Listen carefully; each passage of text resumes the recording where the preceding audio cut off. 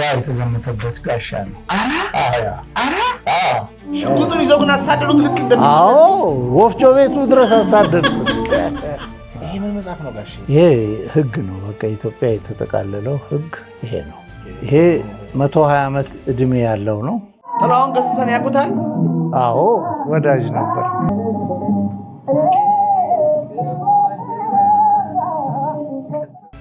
አቡነ ተክለ ሃይማኖት ታዩዋቸው የልብ ወዳጄ ናቸው። የ150 ዓመት የዘር ግንድን ሀረግን ነው የሚያሳየው። እዚህ ጋር አብደላ ዝራ ነው ሸኘ ነው ማልመልሰው ሰው አጣ ማልመልሰው ሰው። እሷ ደግሞ የመጀመሪያ መጽሐፌ ነች። እና ሰርፕራይዝ ነው አካቸው። በደርግ አልተማረረም ኢትዮጵያ ህዝብ። ማን ነው እንደዚህ ብሎ ያለው? ሰላም ሰላም ሰላም፣ እንዴት ነው? እንዴት ነህ? እግዚአብሔር ይመስገን። እንኳን ደህና ቆዩ። ማን ነህ? አቤት ሰላም ነው ጋሼ፣ እንዴት ነው? ሰፈሮት በጣም ገባን አፈላልገን። በጣም የሚገርም ነው አይደለ? አገኛችሁት። በጣም የሚደንቅ ነው። በጣም ውስብስብ ነውና አድናችሁ ማግኘታችሁ ጎበዞች ናችሁ። እሱ አደገኛ ሰውት መጽሐፉን ሳነብ አልጨረስኩትም፣ ግን በጣም በጣም በጣም በጣም በጣም እድለኛ ነን እርሶን በህይወት እንደዚህ ማግኘታችን። እኔም እንደ ታታሪ የሆኑ ታዳጊ ጎበዝ ወጣቶችን መታወቂ በጣም ደስ ይለኛል። እናንተ ማወቂ ላይብራሪው እዚህ ነው ያለው ወይስ ወዴት ነው? ላይብራሪው ላይ ነው እንላለን። መጀመሪያ ቤት ውስጥ ያለው ታውቃለህ? እሺ፣ በጣም ጥሩ። እሺ፣ የአብደላ ዝራ መታሰቢያ አለ እዚህ። ሌላ የመጀመሪያው ላይብራሪ እሱን ታውቃላችሁ። በጣም ጥሩ። እሺ፣ ክቡራትና ክቡራን እንግዲህ ታላቅ የሆኑ ኢትዮጵያዊ ጸሐፊ ናቸው፣ የጥበብ ሰው ናቸው፣ ገጣሚ ናቸው። ትልልቅ ስራዎችን በሀገራችን ታሪክ ሰርተዋል። አብዛኞቻችሁ ታውቋቸዋላችሁ። እንግዲህ ዛሬ እሳቸው ቤት ተገኝተናል።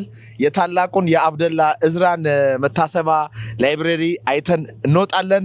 ጋሽ አበራ ለማ እንዲህም ተኖሯል የተሰኘ ታላቅ መጽሐፍ አላቸው። ሌሎችም በርካታ ስራዎች አሏቸው። አብራችሁን ቆዩ። ምንድነው? በጣም ደስ ይላል። በስመ አብ ዋው! አንድ ድንቅ ኢትዮጵያዊ ቀራጺ ሳሊ እሺ ስሮት የነበረ ነው። በፈረንጆች አቆጣጠር በ1965 ዓመተ ምህረት የተሰራ ነው። ሪፕሮዳክሽን ይላል ርዕሱ። መዋለድ ማለት ነው። መዋለድን የሚያሳየው ዛሬ በህይወት የለም። እሱ ዳንኤል ጧፌ ይባላል። የዚህ ቀራጺ አሁን በህይወት የለም፣ አልፏል። ግን ቅርሱ ይኸው ከኛ ጋራ ሪፕሮዳክሽን አንዱ አንዱን ይወልደዋል። ይሄ እንግዲህ እንዲያገላብጠን ስናየው እንቁላል ነው። ይሄ እንቁላል ነው። እንቁላል ቅርጽ ነው ያለው። ከእንቁላሉ ውስጥ ምንድን ነው የሚወጣው? ጫጩት ነው የሚወጣው። እና እነዚህ የምታያቸው በሙሉ ጫጩቶች ናቸው። እነዚህ በሙሉ ጫጩቶች ናቸው። እነዚህ ጫጩቶች ናቸው። እነዚህ ጫጩት ናቸው። ጫጩቶቹ ደግሞ እንደገና እንቁላል ያወጣሉ። አድገው ዶሮ ሆኑ። መዋለድ እንግዲህ ሲምቦሊክ ነው። ለሰው ልጆችም እንዲሁ ነው። ተዋልዶ ነው ያለው። እዛ ጋም ደግሞ ይታየኛል። ይሄ ዘር ሀረግ ሆኖ ምንድን ነው? ይሄ የኔ ቅድመ አያታችን የዘር ሀረግ ነው። 150 ዓመት እድሜ ያለው ነው። የ150 ዓመት የተዋለደ ቤተሰብ የዘር ግንድን ሀረግን ነው የሚያሳየው። እና ያው እኔም እዚህ ውስጥ አለሁበት። ሌሎቹም አጎት ያክስት ልጆች በሙሉ አሉበት እዚህ ውስጥ። ያንን ያሳያል። እና 150 ዓመት የተካተተ ዝርዝር የተዋለዱትን የቤተሰብ አባላት ነው የሚያሳየው። በቃል ነው ወይስ እነዚህ ሰዎች ታሪክ ተጽፎ የተቀመጠ ዶክመንት አለ ወይስ በቃል ነው ከቤተሰብ የተሸጋገረ እዚህ የደረሰው? እንግዲህ በጥንት ጊዜ ብዙም የህይወት ታሪክም መጽሐፍ የሚባል ነገር አይታወቅም። ትንሽ የቤተ ክህነትም ትምህርት ያላቸው ማስታወሻ ይዛሉ። በአብዛኛው ግን ይሄ እዚህ ላይ የምናያቸው ማን ወለደ፣ የማን ልጅ ነው፣ ከየት መጣ የሚለውን ነገር ያሳየናል። ያ በቃል የሚወረስ ነው። ያው ከቤተሰብ ቤተሰብ እየተነገረ እዚህ የሚደርስ ነው። በዛ መልክ ነው የተቀመጠው። ሶፋዎች በጣም ወደድኳት። በጣም ክላሲክ በቅርብ የተሰራ ነው። በጣም የቆየ ነው ከኔ ጋር አንድ 10 ዓመት ይሆነዋል። ክላሲክ ያው እኔ ባህላዊ ነገሩን ስለምወደው ነው ያሰራሁት። በልዩ በትዕዛዝ የተሰራ ነው። ኮንሴፕቱ ምንድን ነው? ኮንሴፕቱ ሄሪቴጅን ነው የሚያሳየው። ቅርስን ነው፣ የራስን ቅርስ ነው። ላዩ ላይም ስዕሎች አሉ። እነዚህ ስዕሎች ብዙ ነገር ነው የሚናገሩት። አሁን እዚህ ገበሬው ወደ ገበያ ሲሄድ ነው የሚያሳየው። እዛ ጋር ደግሞ ብዕር ነው የምታዩት። ለምሳሌ ከዚህ ይታያላችሁ። ብዕር አለ፣ መንጎል አለ፣ መጽሐፍ አለ። እኔ በፈለኩት ቅርጽ ነው። መሀል ላይ ደግሞ ያው አፍሮ አይገባው መስቀል አለ። በዛ ነው። በጣም ይገርማል። ቤቱ በጣም ደስ ይላል። ታሪክ አለው። የእርሶ ፎቶ አለ። ሀገሬን አትንኳት፣ ሀገሬን አትንኳት እና ማን አትንኳት የሚለው ነው። እሱ የዘፈኑት መቼ ነው? በሶማሌው ጦርነት እና አይደለም የዘፈኑት? የጻፉት 69 ዓመተ ምህረት ይሄ ሶማሌ ወረራ ጊዜ። ኦኬ፣ ያኔ ለዛ ሪፖርት ለመጻፍ ሄደው ነበር። አዎ፣ ኦጋዴን ነበርኛ፣ ሀረር ነበርን እና እዛ ጊዜ ነው የጻፍኩት። ሄዶ ምንድነው እዛ የሚያደርጉት? ሪፖርት ነው የሚያደርጉት እያዩ? አዎ፣ ሬዲዮ ጋዜጠኛ ነበርኩኝ እና በቴፕ ነው የምቀርጸው። እና ሶማሌ በጣም አደገኛ ወረራ ነው ያካሄደው እና ትንሽ አግሬሽኑ ኃይለኛ ነበር። የሴዳድ ባሬ የሚባለው ሰው የሴዳድ ባሬ ጦር እና ያንን ጦሩ መሀል እኛ ጦር ውስጥ የተንቀሳቀስኩ ሪፖርት መዘገብ ነው ስለ ጦርነቱ፣ ስለ ሂደት ከጠላትም ወገንም ከእኛም ወገንም ያለውን ገጽታ ማሳየት ነው። እሱን የምንዘግብ የነበረው። በጣም ተጠግተው ነበር ይባላል፣ ቀርበው ነበር ይባላል። በተለይ ኤርትራ ላይ የበለጠ ነው የሰራሁት በሱ ማለት። እሱንማ መጽሐፉት ላይም አለ። እሱን በፖድካስት ላይ ቁጭ ያለን ጀብሃ ጋር የነበረው ትግል ቀላል አልነበረም። ትረፍ ሲለኝ ነው የተረፍኩት። ምርኮ ሆኜ ታሪክ ሆኜ ቀርቼ ነበር። አገርህን ስትአውቃት እንደ ልጅ ስታገለግላት ፈተና ባለበት ሰዓት ሁሉ ቀድመ ስትገኝላትና ስትቆምላት ነው። ያንን ነው እኛ በወጣትነት የተገበርነው። እንኳንም የታገልን እንላለን እንኳንም የታገልን እና ያን ዘፈን ከዛ የጻፉት ምን አነቃቅተውት ነው? አይ በቃ ሶማሌ ወረረን። በጣም አደገኛ ወረራ ነው። እንዲህ ቀላል ወረራ አይደለም። ኃይለኛ የጦር መሳሪያ ኃይል አላቸው እነሱ ከኛ የበለጠ እና አግሬሲቭሊ በጣም በጣም በጣም ፈጥነው ነው የሚራመዱት የነበሩት ወደ መሀል ከተማ ለመምጣት፣ ወደ ሀገር ለመምጣት። የእነሱ እቅድ እዚሁ መጽሐፍ ላይ ታየዋለህ። እዚህ እንዲህም ተኑሯል ላይ ዚያድ ባሬ ኦጋዴንን ሙሉን ይፈልጋል፣ ሀረርን ሙሉ ይፈልጋል ማለት ነው። ባሌን ይፈልጋል፣ አርሲን ይፈልጋል። ከሲዳሞን ደግሞ ይህ ምስራቃዊ ሲዳሞ ግንባርን በሙሉ ጠቅልሎ መውሰድ ይፈልጋል።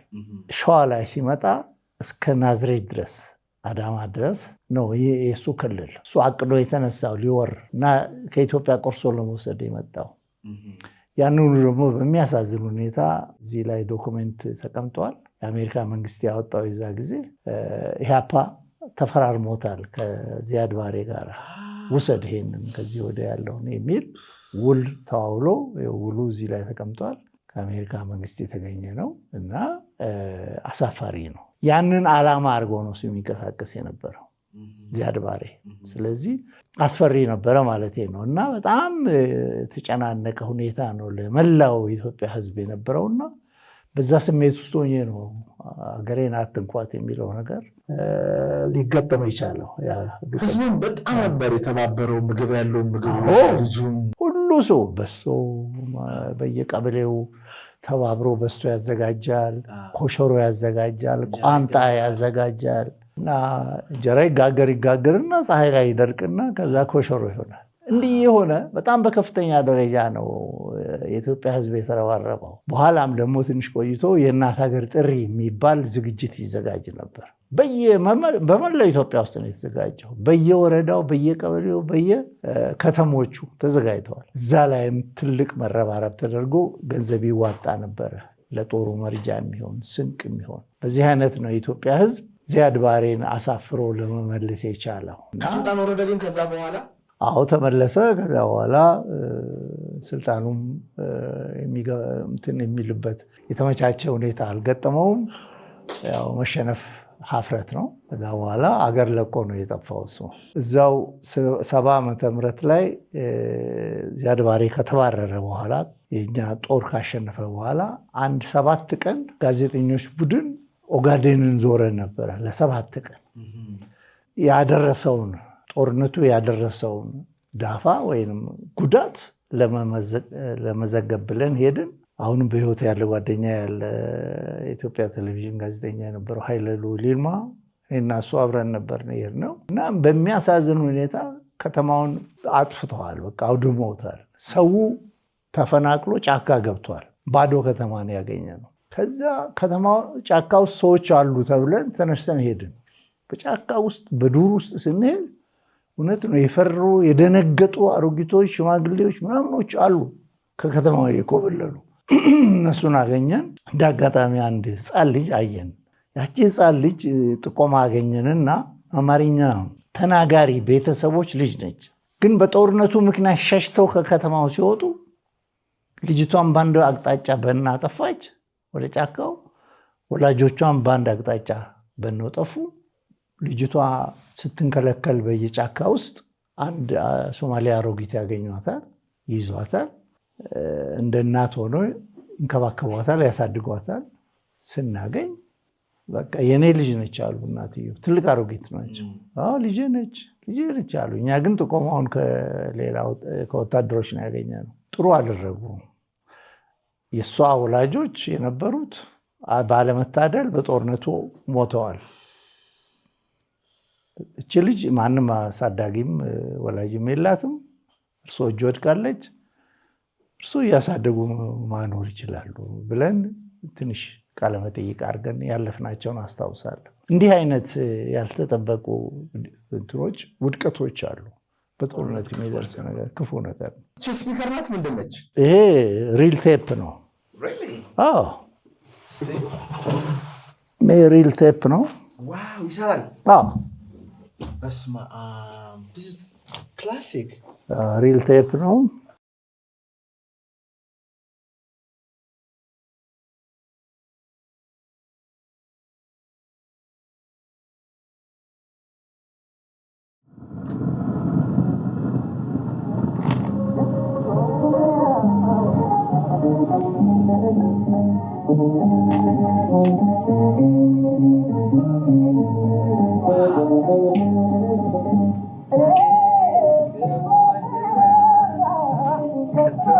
ሳሚ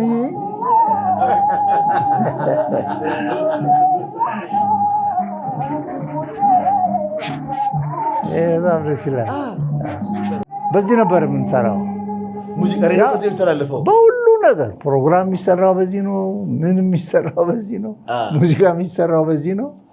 ብሪል ቴፕ ነበር የምንሰራው እና የዛ ጊዜ ፍቅር ነው ከኔ ጋር እስከዛሬ የሚኖረው። አሁን ይሄ ነገር ውድ ነው አለ ይሸጣል? የለም፣ የገበያ ላይ የለም። አውት ኦፍ ማርኬት ነው እንደዚህ ያለው ነገር። እኔ ድሮ ያስቀመጥኳቸው ናቸው። ጥላሁን ገሰሰን ያውቁታል? አዎ። ይጓጉት ነበረ? በጣም ወዳጅ ነበረ። ወዳጅ ነበር። ምን አይነት ሰው ነው ጥላሁን ገሰሰ? ጥላሁን የፍቅር ሰው ነው። በቃ ጥሩ የአርት ሰው ነው፣ የጥበብ ሰው ነው፣ ደግም ሰው ነው። በእውነት ደግም ሰው ነው። ማህበራዊ ህይወትን የሚወድ ሰው ነው። ግን በዛው ልክ ደግሞ ኩሩም ነው። ይሄ ኩሩም ጅንን ያለ እንጂ እዚህ ዝም ብሎ ሀጃ አይደለም። ለዛ አይደለም አይደለ? ይጽፍ ነበር ወይስ መዝፈን ብቻ ነበር የሚዘፍነው እሱ? እሱ መዝፈን ነው እንጂ አይጽፍም። በአብዛኛው ሰዎች ናቸው የጽፎ የሚሰጡት። ልቡ ከገባ ይቀበላል፣ ይዘፍናል። ካልሆነ አይዘፍንም። ይመርጥ ነበር የሚሰጠውን። አዎ። እኔ አንድ ጊዜ አንድ የአክስቴ ልጅ የምስራች ስዩም ትባላለች፣ አሁንም በሕይወት አለች። እሷና የእሱ ባለቤት አስራት ገንዘብ ሚኒስቴር አብረው ይሰሩ ነበር እና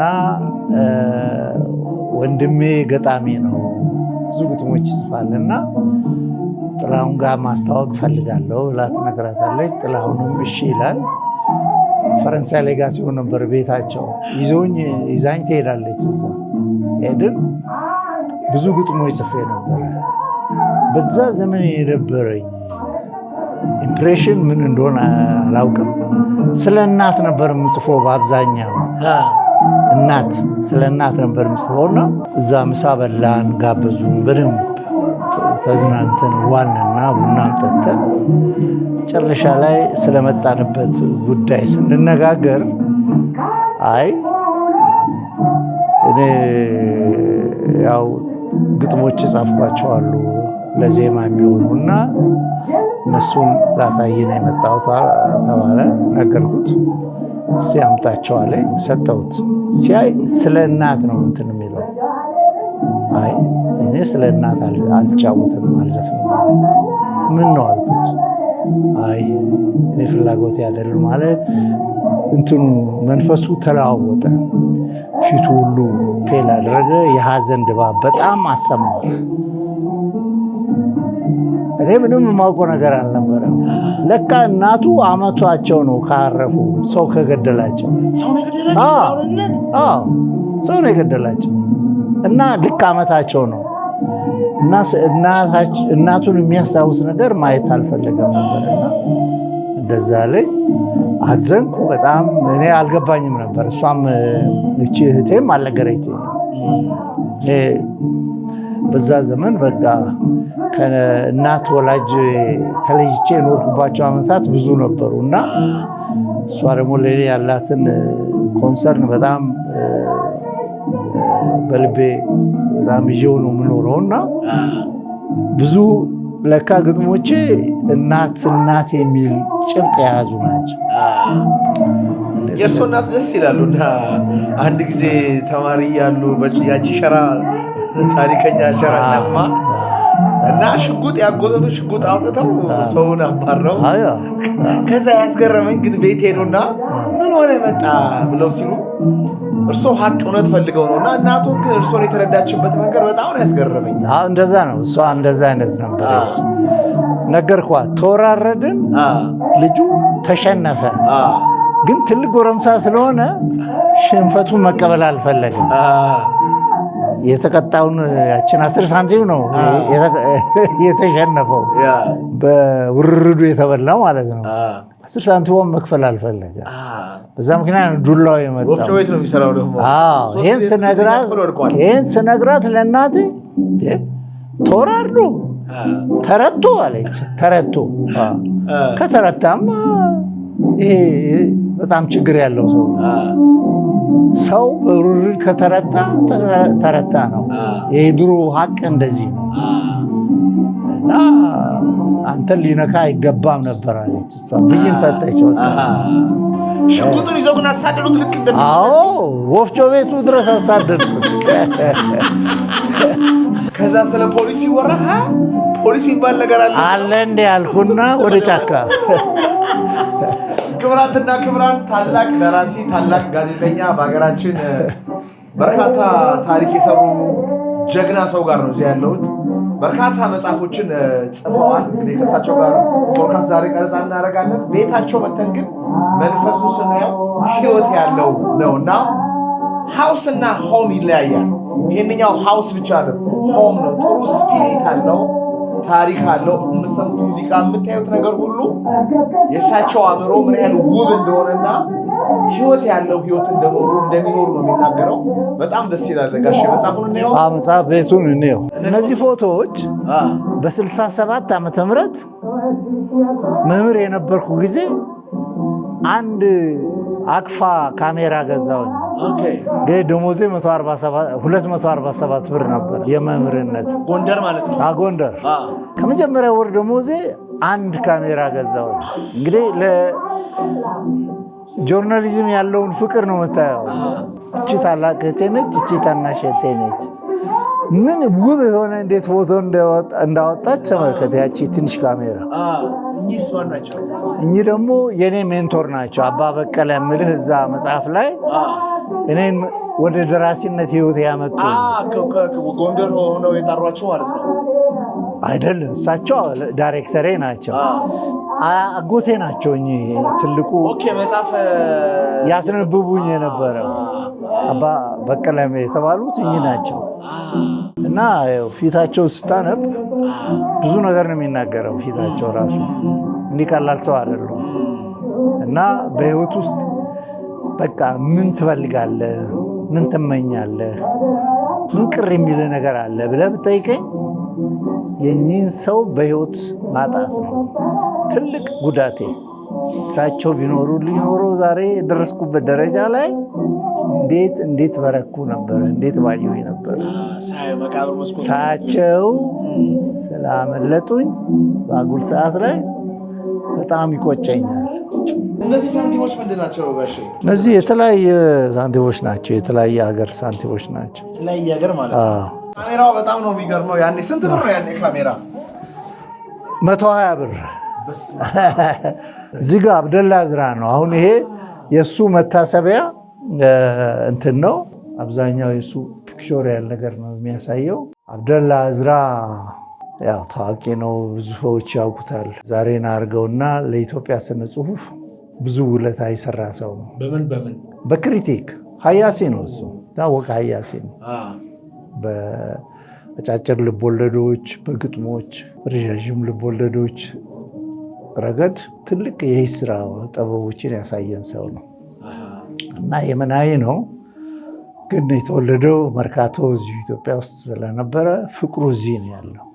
እትብቱ ትጠራዋለች ሁልጊዜ እዚህ እኛ ጋር ነው የነበረው። እቺ መጨረሻ ደብዳቤ ሆነች እዛ ጋር አለች በነጭ የተጻፈች እና እዚህ ልጆች እንግዲህ እናስተምር ነበር። ይሄ ስነ ጽሁፍ ወጣቶችን እንኮተኩት ነበር እና ያንን ለመስራት እንደ ድሯችን እንስራ አንተም ጥሮታ ወተና አለኝ እና እኔም ተዘጋጅቼ እዚህ ስመጣ በአጋጣሚ እሱ አረፈና ደረስኩ። እረፍቱ ላይ ደረስኩኝ። የቅርብ ሰው ነበር፣ የልቦ ሰው ነበር። በጣም ድንቅ ሰው ነበረ አብደላ ማለት። ለእኔ ብቻ አይደለም ለብዙ ኢትዮጵያውያኖች እዚህ ወልዛ ጋር ያረፈ ዕለት ነው። እንደ ሐሙስ ገብቼ እሱ እንደ ቅዳሜ ያረፈ። ቀብሩ ላይ ደረስኩኝ። ሸኘ ነው ማን መልሰው ሰው አጣ። ማን መልሰው ሰው ይህን ይመስላል። እነዚህ ልጆቹ ናቸው። አንዷ የኔ ልጅ ነች፣ አንዷ የእሱ ልጅ ነች። ከልጆቹ ጋርም ይታወቃል። አንዴ ልጆችን ያሳደገ እሱ ነው። እንደ አጎታቸው ነው። ይሄ ላይብረሪው ነው። ይሄ መጽሐፎች አሉ እዚህ። የሚገራርሙ መጽሐፎች አሉ። የልቦለድ ዘሮች ናቸው እዚህ ጋር ያሉት። አርባ ምንጭ ያለ ላይብረሪ ያለ እሱን ያስታውሰኛል። በደርግ ዘመን የተሰራ እሱን ሳላሳየሁት መምጣቴ። ለእርሶ ኢትዮጵያ ውስጥ እንደው ትልቅ የልቦለድ ደራሲ ማን ነው? ትልቅ ጃንቶች አሉ። አቶ አዲስ አለማየሁ፣ በዓሉ ግርማ። ይሄ ምን መጽሐፍ ነው ጋሼ? ምን ያክላል? ይሄ ህግ ነው። በቃ ኢትዮጵያ የተጠቃለለው ህግ ይሄ ነው። እስከ ዛሬም ያለው ቤዝድ የሆነው ይሄ ነው። ይሄ ነው የሚዳኘን። አዎ በጃንሆይ ዘመን የታተመ ነው። የኖርዌጂያን መጽሐፎችም አሉ። ስለ ኢትዮጵያ የጻፉት አለ ኖርዌጂያኖች። ኢትዮጵያ ይላል በእነሱ አጻጻፍ። ኢቲኤች አይደለም ኢትዮጵያ፣ ኢቲአይኦፒአኤ ነው የሚጻፈው በእነሱ ቋንቋ አጻጻፍ። ካይሳር ኃይለስላሴ ሪካ በቄሳር ኃይለስላሴ። ካይሳር ማለት ንጉሠ ነገሥት ማለት ነው። በእሳቸው ዘመነ መንግስት በ3 ዓመት ውስጥ የተጻፈ ይላል። ጥሩ ነገር ነው የጻፉት? መጥፎ ነገር ነው የጻፉት? አይ ጥሩ ነው እንጂ መንግስት የነበረው የማይገኝ ታሪክ ነው ይሄ። እዚህ ጋር የምታየው ጋየሁ ንጋቱ ያረፈ ጊዜ የተዘጋጀለት የ40 ቀን ካርዱ ነው። ይሄ ደግሞ የሎሬት ጸጋዬ ያረፈ ጊዜ የ40 ቀን ካርዱ ነው። ይሄኛው ደግሞ የደበበ ሰይፉ ያረፈ ጊዜ የ40 ቀን መታሰቢያ ካርዱ ነው። ግጥሙን ማን ነው የጻፈው? እኔ ነኝ። ወጋየሁ ንጋቱ የሚተረከው በሬዲዮ ኢትዮጵያ ሬዲዮ የሚተረከው ነው አይደለ? ፍቅር እስከ መቃብር የሚተረከው ይሄ ዋናው ተዋናይ ማለት ነው። የኢትዮጵያ ፓዮኒር መሪ ተዋናይ እሱ ነው። እዚህ ደግሞ መንፈሳዊ አለ። እዛ ጋር ቁርአን ታያለህ፣ መጽሐፍ ቅዱስ ታያለህ፣ መጽሐፈ ቁልቁሉ ታያለህ። የኦሮምኛውን መጽሐፈ ቁልቁሉ ይባላል። መጽሐፍ ቅዱስ በኦሮምኛ ማለት ነው። ኦኬ ኦኬ ኦኬ ኦኬ። ይሄ 120 ዓመት እድሜ ያለው ነው። 1899 የታተመ ነው። በግዕዝ ፊደል ነው የተረጎሙት። አናሲሞስ ነሲብ የሚባሉ ጀግና የምርምር ሰው ናቸው። ሁሌ ያነባሉ እርስዎ? እነዚህ መጽሔቶች ናቸው ከታች ያሉት። ብዙ አእምሮ መጽሔት አለ፣ ሁሉ አለ። አእምሮ ይሄ ነው። ኦኬ። ክብራትና ክብራን እንግዲህ ይሄ መጽሔት ታሪክ አለው። የመጀመሪያው መጽሔት አይደለም ግን አይደለ? አእምሮ የዱሮ ጋዜጣ ስም ነው። የአፄ ምኒልክ ዘመን ማለት ነው። ያን ስም ነው እኛ ወርሰን ይሄ መጽሔት ማዘጋጀት የጀመርነው። በዘመነ ኢህአዴግ ነው ይሄ የተሰራው። የሆኑ ልጆች ጋር ወያኔ ስልጣን እንደያዘ እኛ ነፃ ፕሬስ እናቋቁም ብለን ገባንበትና አእምሮን አቋቋመ። ይገርማል፣ ታሪኩ ይገርማል። ልጆቹን ሜንተር አድርገው 6 ወር ካስተማረው በኋላ ብር የለም ብለዋችሁ ተበድረው ይሄ መጽሔት የታተመው የመጀመሪያ መጽሐፎትም እንደዚህ በብድር ነው የታተመው። ኤግዛክትሊ አይደለ? በጣም ይገርማል። ፍቅሩን ነው የሚነግረኝ እኔ ለሚወዱት ነገር ምን ያህል ፍቅር እንደነበረና 27,000 ኮፒ ነው የተሸጠው። በነገራችን ላይ የሚገርም ነው እሱ አይደል? በስመ አብ ማንም ያልጠበቀው ማንም አይቶት የማያውቀው ነው። እና ድፍረቴ 27,000 ኮፒ ይታተም ግን አለቀ። ደግሞ እርሶ በኮንቴንቱ እርግጠኛ ነበሩ? እኔ በርዕሱ ነው። በቃ እዚህ ላይ እንደምታየው እኚህ ሰውዬ በጣም ታሪክ ያላቸው ናቸው። እሺ፣ ዶክተር መኮንን ቢሻው ይባላሉ።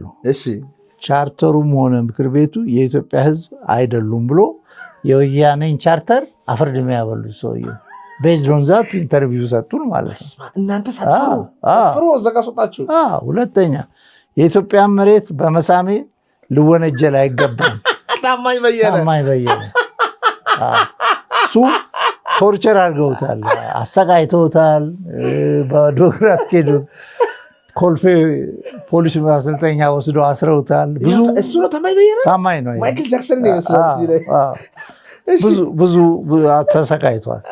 እና እነዚህን ሁለት ጀግኖች ነው ኢንተርቪው አድርገን ኤክስክሉዚቭ ኢንተርቪው ሰርተን አወጣ ነው የመጀመሪያው። እሺ፣ አገር ተቃጠለ። በቃ 19 ስንት ዓመተ ምህረት ነበረ ይሄ? ምክንያቱም ያኔ ዓመተ ምህረቱ መቼ መሰለ? ይኸው እዚህ ጋር አለን እንዴ ኢህአዴግ ገብቶ 1 ዓመት ገና ማለት 1 ዓመት ኢህአዴግ በገባ በዓመቱ። እና ያኔ ሰው አልደገፋቸውም ነበረ። ማንን? ኢህአዴግን። ማን? ተቃዋሚ ግማሽ በግማሽ ተቃዋሚ ነው። የሚደግፍ አጭበርባሪ አይጠፋም።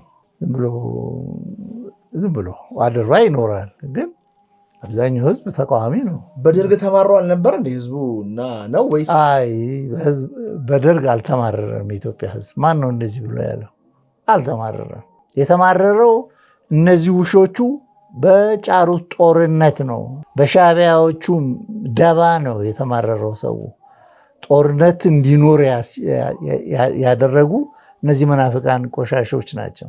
ደርግ አገር ስለጠበቀ ምን የሚማረርበት ምክንያት አለ?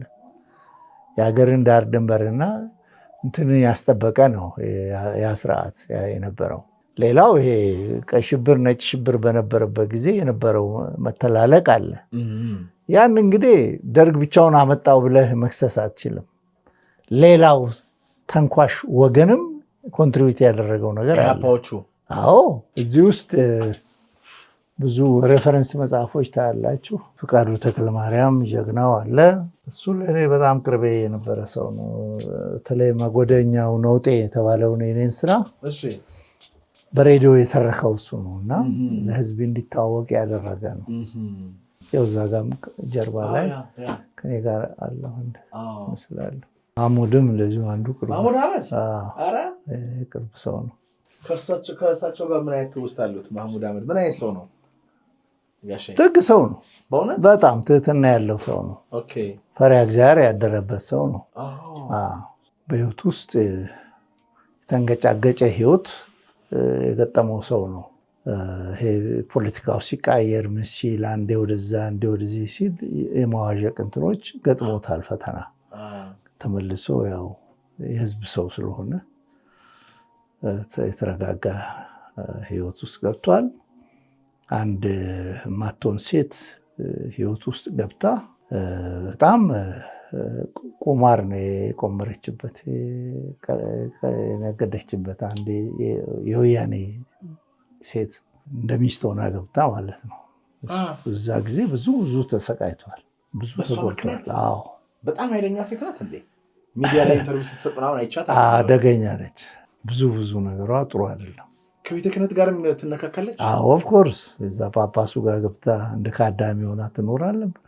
ፈትነዋለች እና ከዛ ሰርቫይቭ አድርጎ ዛሬ እድሜው ላይ መድረሱ ደስ ያሰኛል በእውነት። ይሄ ጋዜጠኝነት ህይወቴ ነው። እዛ ጋር የምታዩት ይሄ የት ነው? አመር ነው፣ አንተ ሀገር ነው።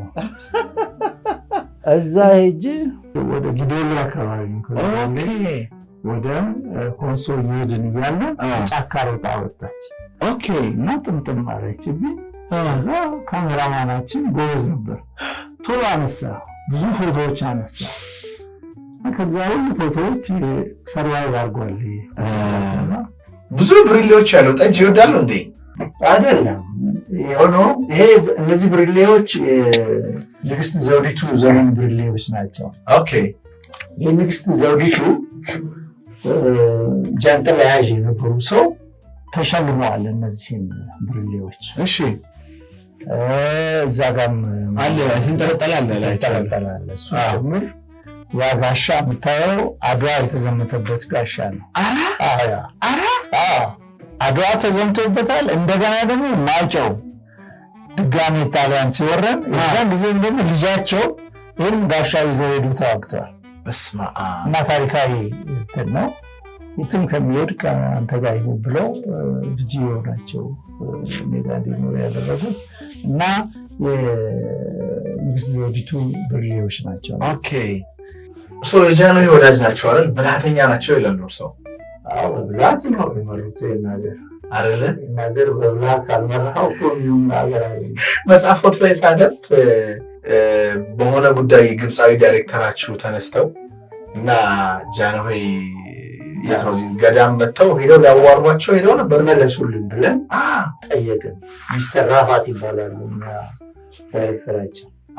ከዛ አንዳንድ አዳዲስ ብር ሸለሙኝና ከዛ ይመለሱላችኋል ግን መርሰጡ ልተናቸው አቀዝቅዘው ሸኙ። አልተመለሱም ግን አልተመለሱም። ሰውየው እናንተ አንድ ብሩን እያሰባችሁ እኛ ብሯን ይዘን ስንመጣ የከበረን መንገድ ብሯን አዲስ ብር ነው። ጃንሆይ ድሮ ብር ነው። ድሮ ብር እዚህ ላሳይ ይችላል። እስቲ ያለ እባክዎትን ይሄ ነው የድሮ የጃንሆይ ብር። ግሬስ አለው። በስማ የዶላር ነው። የኢትዮጵያ $1 ይባላል። ብሮ ሉክ ዲስ ዋው! አያምርም? በጣም ነው የሚያምረው። ሉክ ዘ ዲዛይን። እነዚህ የቀሩት ደግሞ በኋላ ዘመን ላይ የመጡ ናቸው። የእሳቸው ብሮች በኋላ ዘመን ላይ። አንድ ብር ያን ጊዜ ግን ምን ያደርጋል? ብዙ ነገር ይገዛል። በጣም ብዙ ነገር ይገዛል። አንድ ብር እንኳን አንድ ብር ስሙኒ ብዙ ሰራለች። ስሙኒ ታውቃላችሁ? 25 ሳንቲም 25 ሳንቲም ማለት ነው።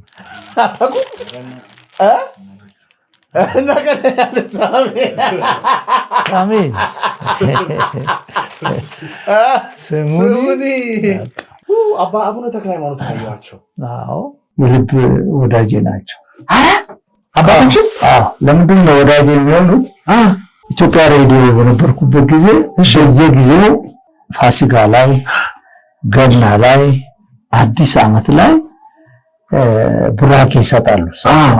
መልዕክት ያስተላልፋል። በዛን ጊዜ የአጋጣሚ ነገር ነው።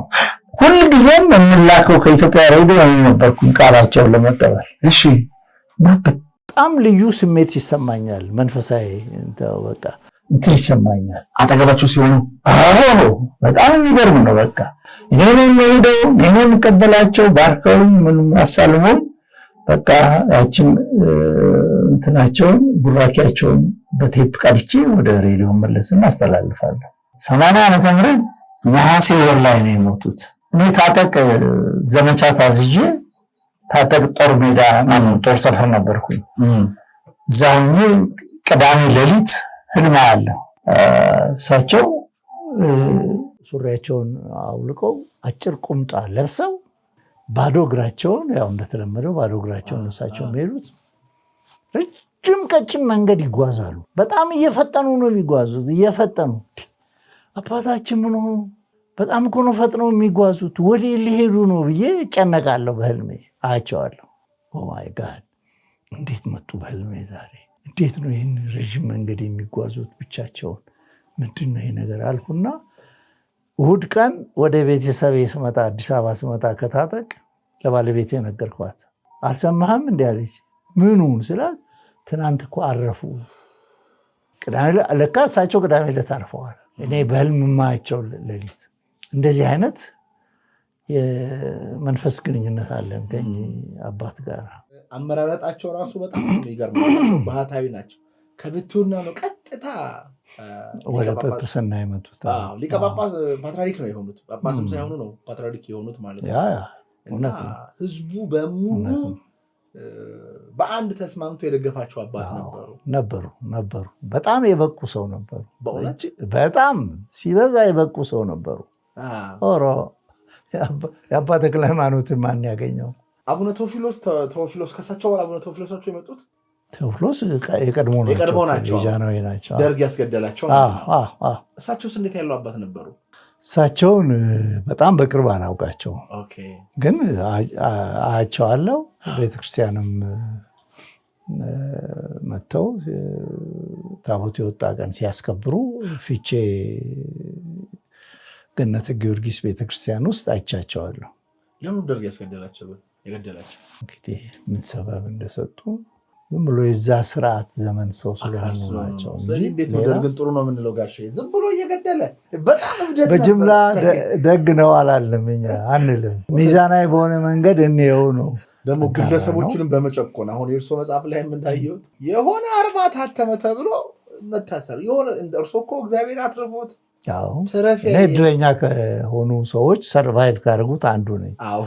በዛም አለ በዚህ ድሮ ቀልጬ ነበር። ያ ሙዚቃ የጋብርኤል ሙዚቃ ከፍቶ የተደበደበው ጓደኛው ጋዜጠኛ ነው ሙሴ ወልደማርያም። በጣም ነው ያሳቀኝ። ያሳዝናል። ከቤቱ መጥቶ ግጥም ራሱ ለባሉ ግርማ የጻፉትን ከቢሮ የወሰደ ሰው አለ። እሱ አለ። እንደው ስም መጥቀስ ጠልቼ ነው። አንዴ ደግሞ የግርማቸው ሐዋርያት ገጠመኝ ራሱ እሱ በጣም እሷ አሜዚንግ ነች። ሮማን ወርቅ ካሳሁን የወይዘሮ ሮማን ወርቅ ካሳሁን ነው የመጀመሪያ ሴት ጋዜጠኛ ነች። ቸበርቻቻ የሚያደርጉ ናቸው። ሞቅ ብሏቸው ገብተው ነው ሃንጎቨር ላይ ነው ጠዋት ማታ እየጠጡ ይላል እኮ መጽሐፉ ላይ ተጽፏል። ሃንጎቨር ገብተው የኔ ኪሮሲ የኔ ጎመለል ምናምን እያሉ ብቻ ያሞግሱታል። ዜናው ደግሞ ወረቀቱ ቁጭ ብሏል፣ ፊታቸው ያውታል። ያው እንግዲህ በእጅ ነው የሚጻፈው በዛ ጊዜ እያጨናቆሩ እንትን ይላሉ። እና ልክ 2 ሰዓት ሲሆን አዝ ዩዥዋል እንደተለመደው መስሎት ኤሩን ለቀቀ። ኦን ኤር አደረገ፣ አየር ላይ ለቀቀው። ሴትዮ እየዘፈኑ ናቸው እያንጎራጎሩ። ኪሮስ ፌንት አድርጎ ወደቀ። በቃ አለ እኮ ኪሮስ አሁንም በሕይወት አለ። ወደቀ፣ ፌንት አደረገ። ሴትዮዋ ቀጠሉ። በዚያ ሰምተው ነው አቶ ታደሰ ፍራንኳ የሚባሉ ምክትል ሚኒስትር ሲሮጡ ይመጣሉ በቢጃማ። አንቺ ሰካራ ነይ ውጪ ምናምን ይላሉ። እሳቸውም ደግሞ የፈረንሳይ ተማሪ ሜርድ እያሉ እየጎተቱ ያወጡ። እሳቸው ከጨረሱ በኋላ ደግሞ ግርማቸው ተክለሐዋርያት ይሰማሉ። ቤታቸው ነው፣ ሚኒስትር ናቸው እሳቸው። እነዚህ የኢትዮጵያን መንግስት ሬዲዮ ጣቢያ ልሳን መጫወቻ ያደረጉት አይደለም ብሎ ተናደው እሳቸውን ከቤታቸው ሲሮጡ ይመጡና ናውጣ ብሎ እሱን ያስወጧቸውና ታደሰን ደግሞ እሳቸው ይቀጥላሉ። እንግዲህ ዝርዝሩ እንዴት እንደሆነ እዚያ መጽሐፍ ላይ አለ። አሁን ደግሞ ክብራትና ክብራን ይህን ይመስላል። በጣም እያዋዛን ታሪክ እያየን እየተጫወትን ነው። ኢትዮጵያ ብዙ ታሪኮች አሏት። እንደ ጋሻ በራ ለማ አይነት በጣም ትልቅ ምጡቅ የሆነ አእምሮ ያላቸው መጽሐፍ የሚችሉ ጥበብ የሚያውቁ ናቸው። እኔ ብዙ አማርኛ መጽሐፍ አንብቤያለሁ።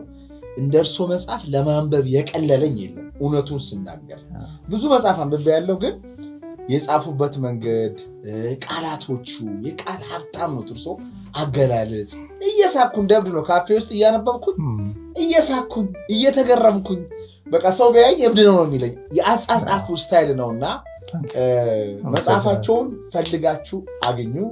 እናመሰግናለን። ይሄ ነው እንግዲህ በአድዋ ይሄ ሙዚየም ነው። በጣም የሚገርም ነው። አንተ ቁመት አይደርስም እንጂ ብትረካ ጥንካሬ ይታረሳው በእርግጠኝነት ምን ጥይት ይመስላል። በጣም የሚገርም እኮ እንዴ! ዛሬ ያንን መጽሐፍ ቤቱን እና እንየው። በጣም ጥሩ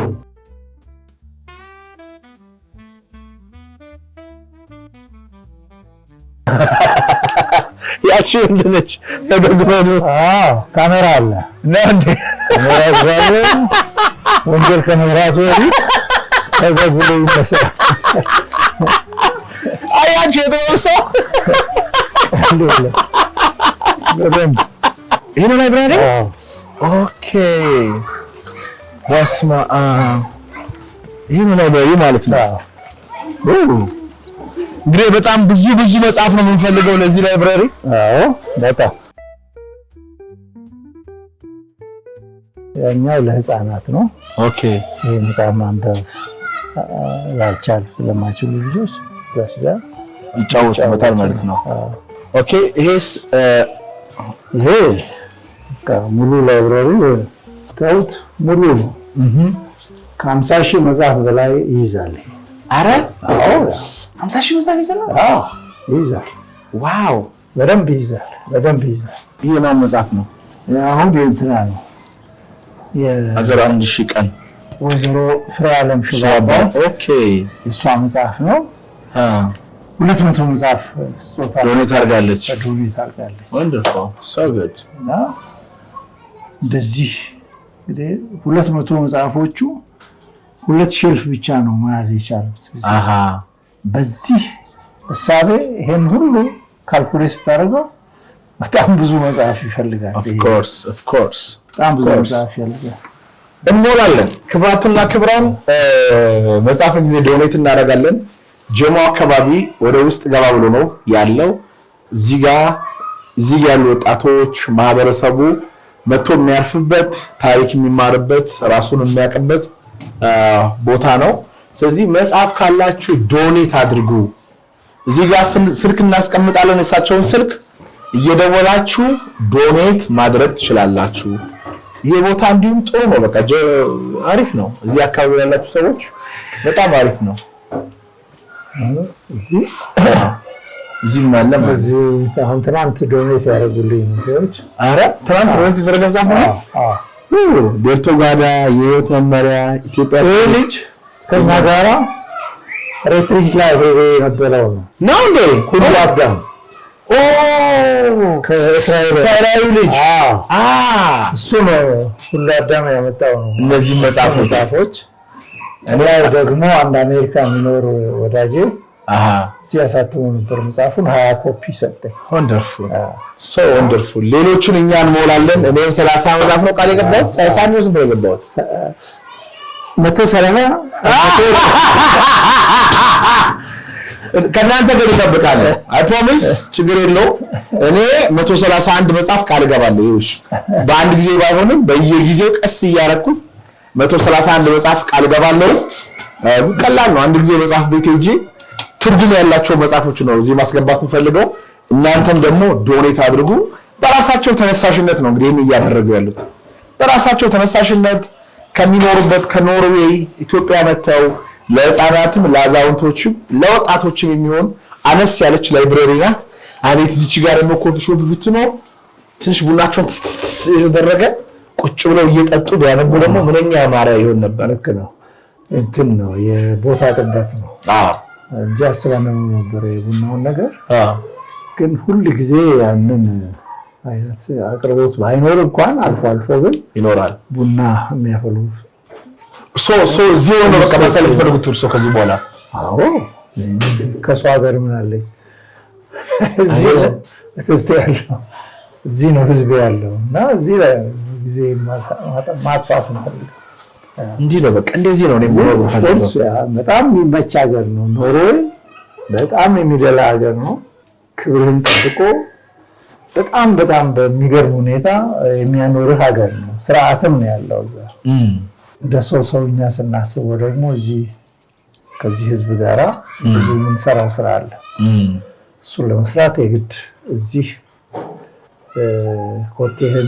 ኮቴያችንን ማፍጠን አለብን ወደዚህ በመምጣትና ነገር በመስራት። ስለዚህ አሁን ይሄ ካለቀ ብዙ ወጣቶችን እንታደጋለን ብለን እናስባለን። ወጣቶች እዚህ አካባቢ አሉ በራፍቆት በረሃብ የሚነበብ ነገር የሚፈልጉ ምክንያቱም 3% ነው ማትሪክ የሚታለፈው ሲባል ዛሬ ይሄ አሳዛኝ ዜና ነው። አሳፋሪ ነው እና ከሱ ውስጥ ለማውጣት አትሊስት በመጽሐፍ ማገዝ ያስፈልጋል። እውነት ነው። ደግሞ እሱ ከትምህርቱ የሚበለጠ ፓወር ነው ያለውና የእርሱን አእምሮ በዚህ ማየት ይችላለሁ። እንዴት እንደማይረሱ በዚህ አመቱ ሳይረሱ እያንዳንዱን ነገር የሚያስታውስ አእምሮ ያሉት ስላነበቡ ነው። ባለፈው ሪትሪት ላይ ሄደው ነበረ። በነገራችን ላይ 29ኛው ዙር ሪትሪት እንዴት ነበር? ሪትሪቱ ግን ጋሼ ቆንጆ ነው በእውነት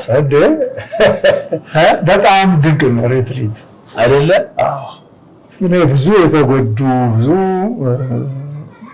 ትምህርት የሚፈልጉ ምክር የሚፈልጉ ድጋፍ የሚፈልጉ ወገኖቻችን ተሳትፈዋል እዛ ውስጥ። እነዛን ሰዎች መታደግ መቻል፣ እነሱን ሰዎች ማድመጥ መቻል ትልቅ ነገር ነው። ታስታውሳለህ ስለ ሰለሞን ደሬሳ የነገርኩህ ጆሮን በማከራየት የሰው ችግር በመስማት ይኖር ነበር። የሱ ቀለብ የሱ ደሞዝ የሰው ችግርን በመስማት ላይ የተመሰረተ የነበረ ሰው ነው እና ሬትሪትም እያደረገ ያለው ሌላውን የጋሽ ሰለሞን ደሬሳን ስራ ነው እየሰራ ያለው። አመሰግናለሁ። ሰው ችግርን መስማት እና ይቀላቸዋል። even wolf have got ears ይላል ፈረንጅ። ጩህና ንገረው ለግድግዳው ይሰማሃል። this is psychological mechanism አየው። እና እዛ እርስ በርስ ሰዎች ሲሰማማ ሲደማመጥ እኔ ለብሶ ነገርኩኝ ስለ ሬትሪት ጉዳይ። እና አንዳንድ ጓደኞቼ ስሜታቸው በጣም ተነሳስቷል። ሊሄዱ ይችላል እና እንደዛ ነው እና ጥቅሙ ላቅ ያለ ነው። በጣም አመሰግናለሁ። እሳቸው እንግዲህ የሄዱት ወጣቶችን ለመስማት ነው። ለመስማት በቃ ሰለሞን ደሬሳ መስማት። ይሄ ችግር ባይኖርባቸው ሬትሪት የሚባለው ፕሮግራም ውስጥ ሰው አይሳተፍም። እውነት ነው። ችግር ያለው ነው እዛ ውስጥ የሚገባው። እውነት ነው። ያለ መስማት ቅልቡና ያስፈልጋል። እውነት ነው። ብዙ ስራ በነገራችን ላይ እንሰራለን። በጣም ብዙ ነገር አድርገን እንግዲህ በኒው እና በኦልድ መርጅ አድርጎ ብዙ ስራዎችን መስራት አለበት። በቅንነት ሀገራችንን ማገልገል መቻል አለብን። ነገ እኛ ማሪተን እንደዚህ የሳቸውን ታሪክ እናወራለን። ይሄ ቪዲዮ ነገ ከገጣሚ አበራ ለማ ጋር እንደዚህ ነበርን እያልኩ ለልጅ ደግሞ አወራለሁ። የታሪክ ቅልብሎሽ ማለት ይሄ ነው። እዛ ጋር ያያችሁ ሰዎች የጻፉት መጽሐፍ አድዋ ላይ የተዋጉ ሰዎች እነ ጥላሁን ገሰሰ እነ ማህሙድ እነዚህ ሁሉ ለሀገር ያደረጉት ነገር አለ። ዛሬ ስማቸው እየተነገረ ነው። እሳቸው አያችሁ የቤተሰቦቻቸውን ታሪክ ግርግዳ ላይ ያስቀምጠው ታሪካቸውን ያስቀምጠዋል በመጽሐፍ። አሁን ደግሞ እንሄድና እንግዲህ እስቲ አንድ ሰርፕራይዝ አለ ለእሳቸው እናሳያቸዋለን። እየሰማችሁን ስለሆነ ከልብ አድርገን እናመሰግናለን። 29ኛው ዙር ሪትሪት ከሐምሌ 17 እስከ 20 ይካሄዳል። በ987 29 ደውላችሁ ተመዝገቡ። ጋሽ እናመሰግናለን። አሜን። በነገራችን ላይ ውስጥ ያያችሁት መጽሐፎቹ መጽሔቶቹ በሙሉ ወደ ውጭ ይወጣሉ አይደል ጋሼ? አዎ አብዛኞቹ ወደ ውጭ ነው የሚወጡት። እዛ ያሉት ይወጡና እዚህ ይቀመጣሉ ማለት ነው። ስለዚህ ቅድም ያያችኋቸውን ታሪኮች፣ ፎቶዎች፣ ማስታወሻዎች ወደዚህ ይወጣሉ። መጽሔቶቹ አሉ ለየት ያሉ ዩኒክ መጽሐፎቹ ወደዚህ ይወጣሉ። ጀሞ ሚካኤል አካባቢ ነው ቦታው። ስፔሻል ስሙ ምንድነው? እዚህ ጋር ይሄ አንበሳ አውቶቡስ ጋራጅ ጀርባ ነው የሚባለው። የጀሞ ሚካኤል አንበሳ አውቶቡስ ጋራጅ ጀርባ ወይም የቴሌ ታወር አለ እዛ አካባቢ ነው። እዚህ ጋር መጽሐፍ ልደታ ሰፈርም ይሉታል። ስልካቸውን እዚህ ጋር እናስቀምጣለን። ደውላችሁ መታችሁ መጎብኘትና መጽሐፍ መስጠት ትችላላችሁ። እናመሰግናለን። አሁን ደግሞ የእሳቸውን መጽሐፍ አፈላልጌ አምጥቻለሁኝ እና እሱን አሳያችኋለሁ። ምን እንደሚሰማቸው እናያለን ማለት ነው። ይሄ ከማላዚያ ልሽቱ የመጣ ምግብ ነው። እሺ ምግብ ነው ስላችሁ ምግብ ደግሞ እንዳይመስላችሁ መጽሐፍ ነው። ይሄ መጽሐፍ ናቸው። እሳቸው የጻፏቸው መጽሐፎች ናቸው። ዳሼ እዚህ ጋር ምግብ ሳይሆን የአእምሮ ምግብ አፈላልጌ አግኝቼ ነበር። ገምቱ ምን እዚህ ውስጥ እንደያዝኩ ይገምቱ እስቲ። ምን አለ? መጽሐፍ ነው። የምን መጽሐፍ? እኔ ቡክ ሊሆን ይችላል። ለአእምሮ ምግብ ማንኛው መጽሐፍ። ማን የጻፈው? ከየት የተጻፈ? ለምን የተጻፈ? እዚህ ወሰው ልጆች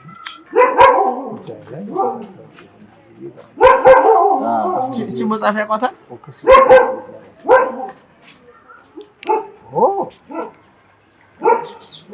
እሺ አለ እኔ አትልቡ። ኧረ በእውነት ኦኬ። ቺስ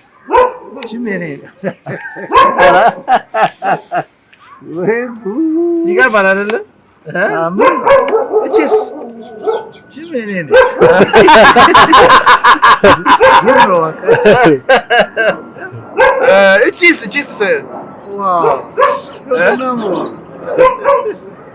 መጀመሪያው ያጫጭር ልቦለድ በእውነት ይሄ እንደውም የመጀመሪያው እትም የት አገኘው? አፈላልጌ ነው አንዴ። ኦ ማይ ጋድ ይሄ የመጀመሪያው እትም ነው። እኔ ጋር እንኳን የለም። እግዚአብሔር እቺስ እሷ ደግሞ የመጀመሪያ መጽሐፍ የማይገኝ እና ሰርፕራይዝ ነው አካችሁ። እቺም ደግሞ አለች በጣም ወይ ጉድ! እቺም ድንቅ የዚህ ቋንቋና ስነ ጽሁፍ ላይ ተርሚኖሎጂ መጽሐፍ ነች። እቺኛዋን እንኳን ያውቃታል። እቺ የወዲኛው ዘመን ውጤት ነች። እሷ ራሱ ያሳተማት ነች። ዋው! እቺስ ይገርም። ይሄም ጥሩ ማለት በጣም ምርጥ ከሚባሉ የኔ ስራዎች አንዱ ነው። ዋው! አረ ይሄንን ማግኘው ይገርም ነው። የ17 ገጣሚያን አንድ ላይ ያሳተሙ። እና ይሄ ደግሞ እንግዲህ የአሁኑ መጽሐፍ የእርሶ ስጦታ ነው። ባይዘው ፈርሞበታል። በጣም ቆንጆ መጽሐፍ ነው። ገና ነኝ እንግዲህ አሁን 190 ላይ ደርሻለሁ። እና ከዚህ ውስጥ የትኛውን ልስጦት በስጦታ? እንግዲህ እኔ ምንም አንተ እንዲኖር ነው ፈልግ። እኔማ ይኖረኛል። እሱ የለህም እኮ የለህም። ስለዚህ አልነካብህም።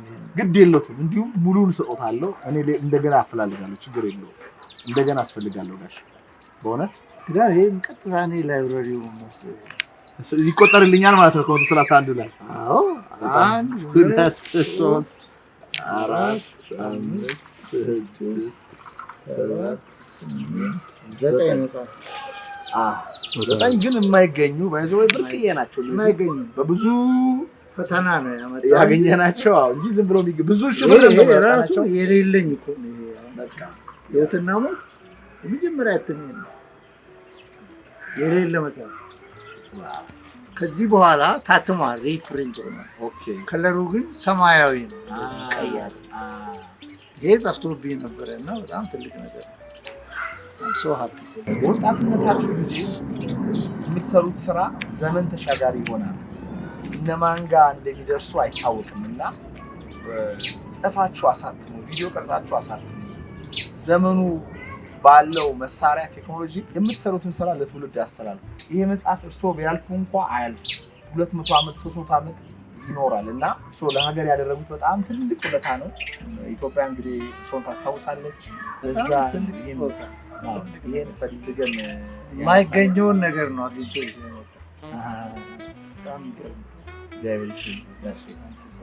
እናመሰግናለን። መጽሐፉን ሳይሆን በእውነት ግን ምን ተሰማዎት? በጣም ነው ስሜቴን የነካው በእውነት እግዚአብሔርን።